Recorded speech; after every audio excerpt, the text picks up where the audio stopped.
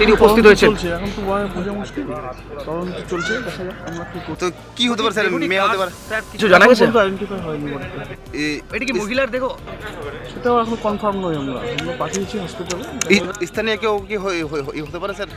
দেখা যাক, এখন পর্যন্ত কেউ আইডেন্টিফাই করতে পারছে না, দেখছি।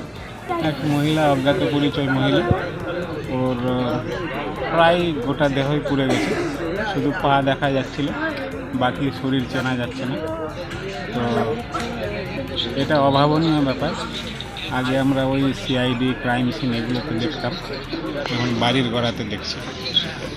তো কি মনে হচ্ছে এটা মেয়ে তাহলে? মহিলাই মনে হলো, যা দেখে কাপড় চোপড় ছিল। আর কি কি কি ছিল?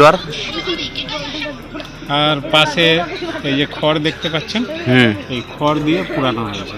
ওখানে আর কি কি ছিল পরা? কোনো জুতো ছিল পরা? আবার হ্যাঁ, জুতা পাওয়া গেছে। আর শুনলাম যে একটা সোনার ছোট্ট গয়না পাওয়া গেছে, কানে পাওয়া গেছে। ঝলসানো পুরানো দেহ দাউ দাউ করে জ্বলছে। আমরা তো কৃষক, ধান বিক্রি করতে নিয়ে এসেছি, সকালবেলা এসে দেখলাম যে এইরকম যে দাউ দাউ করে জ্বলছে। কার দেহ? এটা তো পুলিশ যেটা বলছে, অনুমান করছে যেটা মহিলার দেহ। কি কারণে পুড়িয়ে দেওয়া হলো? কী কারণে পুড়িয়ে দেওয়া হলো এটা তদন্ত সাপেক্ষ। আমরা তো এটাতে দেখিনি, আমরা পরে ঝলসানো দেহ দেখলাম, মানে 75%ই পড়ে গেছে দেহটা, চেনা যাচ্ছে না, মুখ চোখ কিছুই দেখা যাচ্ছে না। তো কি দিয়ে পুড়িয়ে দেওয়া হয়েছে? তো পুলিশ তো এখন আমরা দেখছি খড়কুটো, তো খড়কুটোতে তো বডি পুড়বে না, যতদূর সম্ভব হয়তো কোনো ওদের কেমিক্যাল দিয়ে পুড়িয়েছে।